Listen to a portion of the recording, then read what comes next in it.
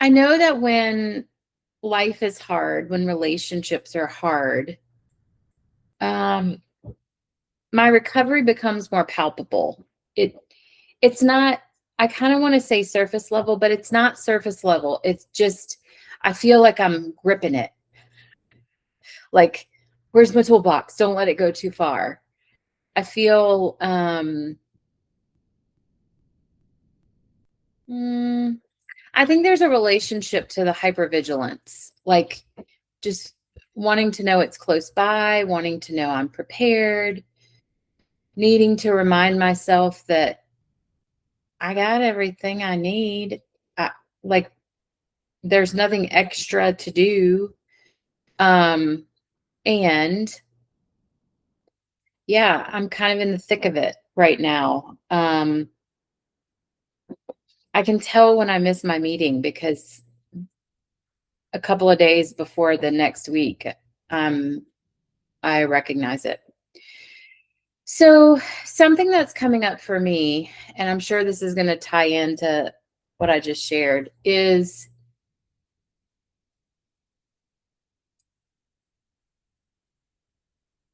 when I feel as though I'm falling into scarcity of any kind, it doesn't have to be financial.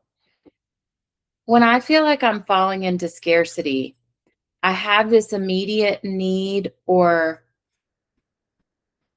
reflex to overfunction.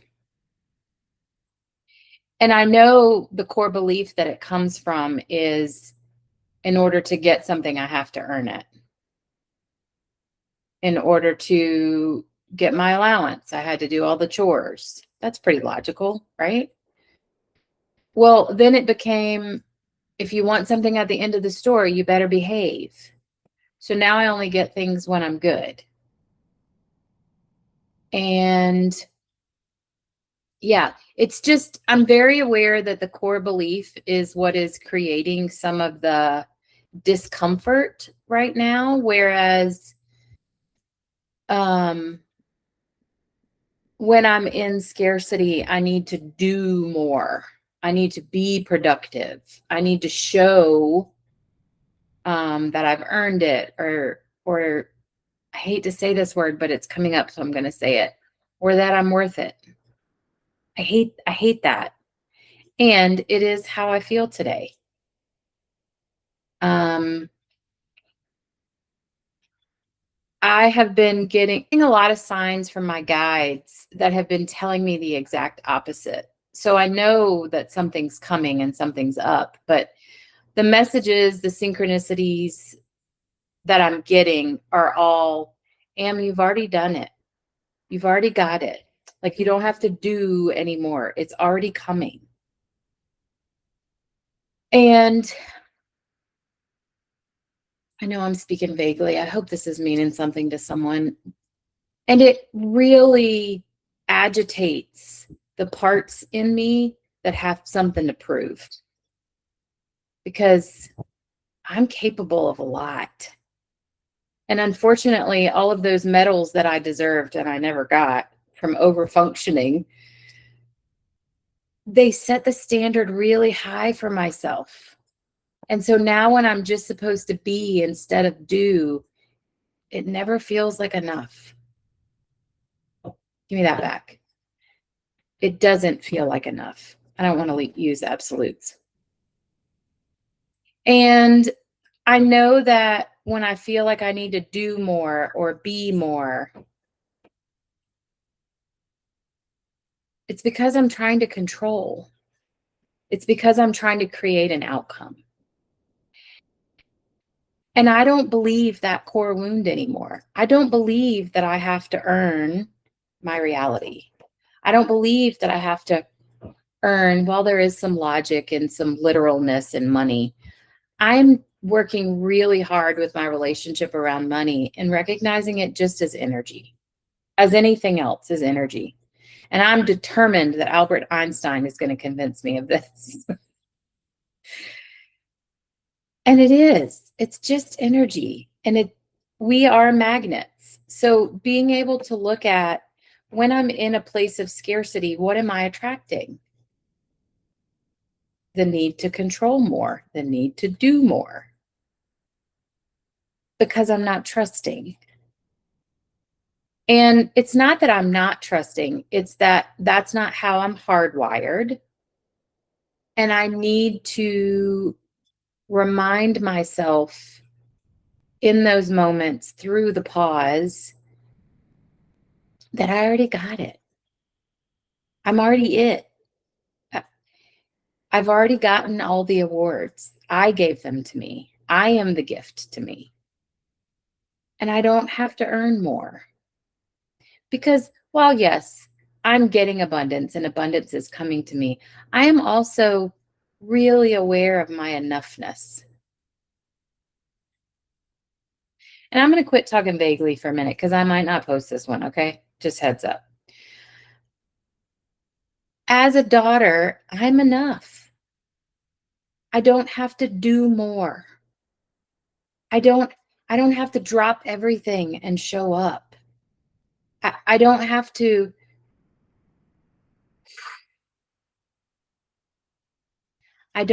prove that family matters to me by creating chaos in my present day life.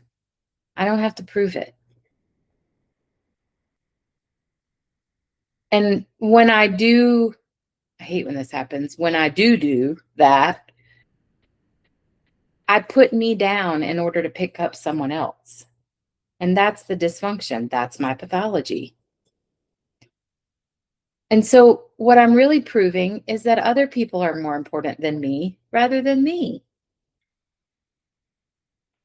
So making it back to basics, which is really what I'm talking about tonight, making it back to basics, recognizing that, man, it really is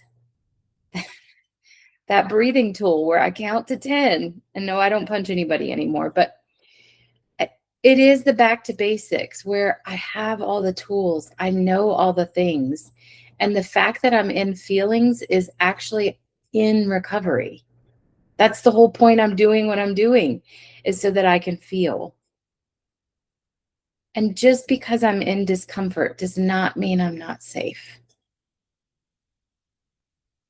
I'm going to say that again because my body needs to hear it again. Just because I'm in discomfort, in feelings that don't feel good, does not mean I am not safe. It doesn't mean I have to do anything. It just means that something's closing. And historically in my life, that means it's because something's coming. Because I have made it to a point in my recovery where I've never failed. That feels so cocky to say out loud. Bougie, cocky, I don't know, big britches, whatever it is. I've never failed. I haven't. So I'm 45 years old, and one would think, okay, Am, you need to embrace that. And logically, I get it. But boy, does my body want to keep proving. Boy, does my body want to keep producing, showing, making things happen, controlling. And I'm at a point in my life where I don't have it to give anymore. That overfunctioning, that gold medal perfectionism, yeah, no, she's gone. And that creates a merry-go-round of a shame spiral because I get on the merry-go-round and then I start feeling guilt and shame for not doing it. Which is the red flags for me to go back to basics. As soon as I start weaponizing my recovery against me, oh yeah, it's time to go back to basics. We got nothing to prove to anyone. And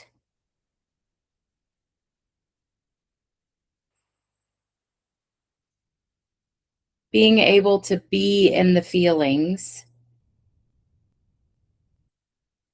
is my process. And when I go back to basics and when I'm in the feelings, what I can tell you in a very conscious and aware state Is there things that could make me feel better that I'm not doing?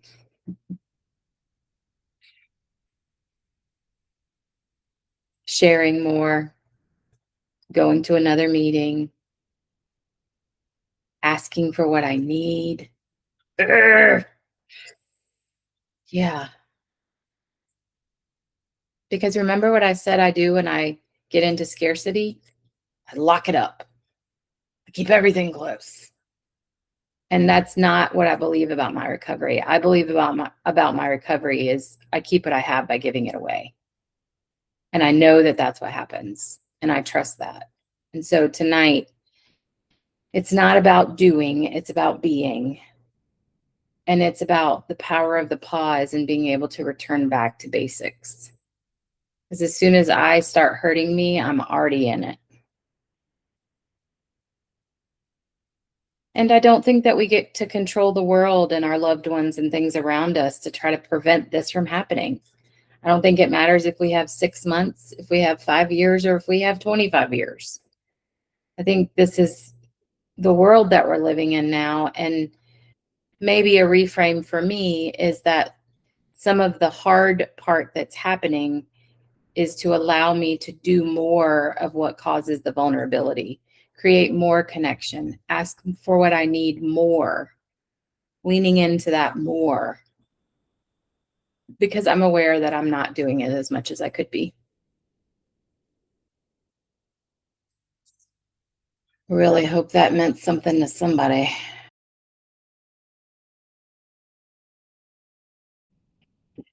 While our the real tool is back to basics, which means all the things that helps my physical body regulate. That's back to basics. The pause, the deep breath, the drink of water, the removing myself from the stimuli. Also, I wanted to say this in the beginning, and so I'll say it now. And remember, this is so that we can look at it through a lens of compassion, not through a lens of judgment. If you identify as an ACAer, part of the reason that feelings are so scary and we fall small or we fall into a victim mentality or we feel small is because no one ever taught us what to do with the feelings.